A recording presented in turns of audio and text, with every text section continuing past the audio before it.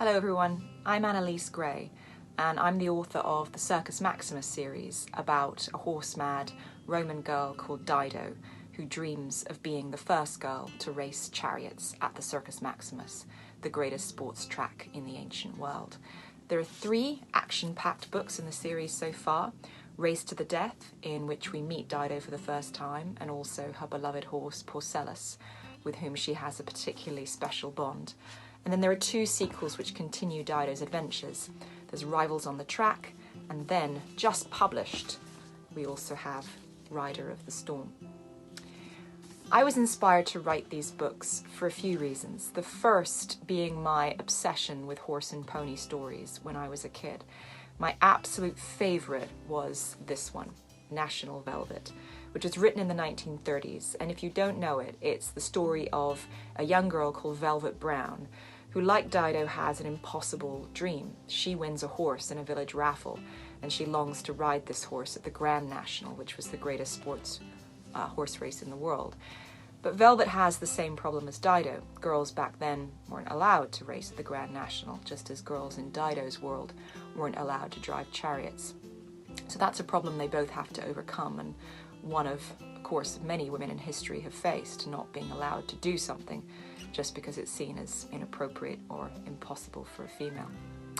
A second inspiration was my love of history, particularly the history of ancient Rome, which I've enjoyed ever since I was at school, and learning about Pompeii and the eruption of Mount Vesuvius, and how the way that volcano erupted, covering Pompeii in a thick layer of ash and stone that sealed it almost like a time capsule, preserved so much fascinating information about that ancient town and how people lived. And I remember studying the pictures in my textbook and wondering about all these people who had walked along these streets and lived in these houses and owned all of these objects found by archaeologists. And I think that planted the seed of the idea in my head that one day it would be really wonderful to write a story in which I could bring those ancient Romans back to life in my own imagination.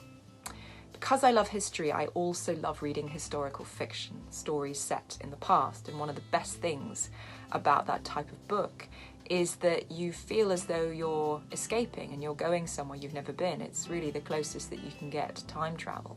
My ambition when I'm writing the Circus Maximus books is to make you feel as though you're right there beside Dido and the other characters in ancient Rome, smelling the same scents in the air, tasting the same food, feeling the noise of that crowd in the Circus Maximus pulsing in the air around you.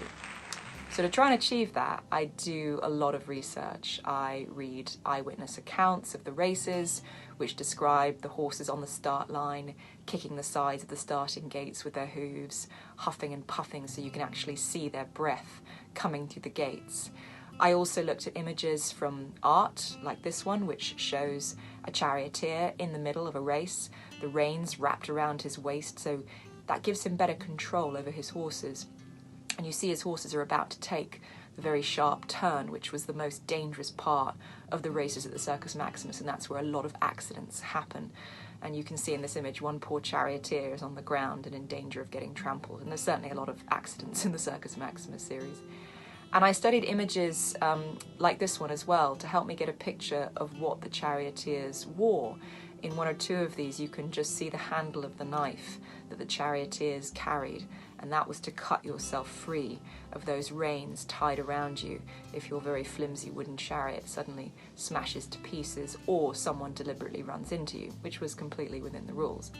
And from this image you can also see the colour of the tunics, and they tell you which chariot racing teams those drivers represented, and there were 4 of these teams in ancient Rome: the blues, the greens, the whites and the reds.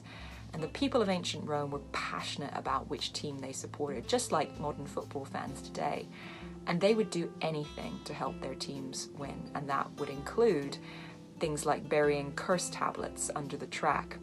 At ancient circuses, there's quite a few of these which have been found, which are inscribed with spells wishing a very gruesome death on the drivers and horses from certain factions.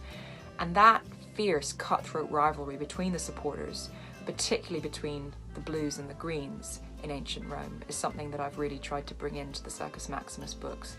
and it plays a pretty key role in determining the course of Dido's life. And I hope you'll read the books to find out how. My writing challenge for you is to imagine you are at the start of a race. Now, this could be any kind of race. It could be a race between horses, between humans, Formula One cars, motorbikes, spaceships, anything you like. And what I want you to do is to describe the preparation, the build-up, the sights, the smells, the sounds all around you. What are you feeling like inside? What are the other competitors feeling like inside around you as they prepare for the race? Are you nervous? Are you confident? Are you thinking about the prize for winning? And are you thinking maybe about the costs of losing? What is going on in your head and what is going on around you?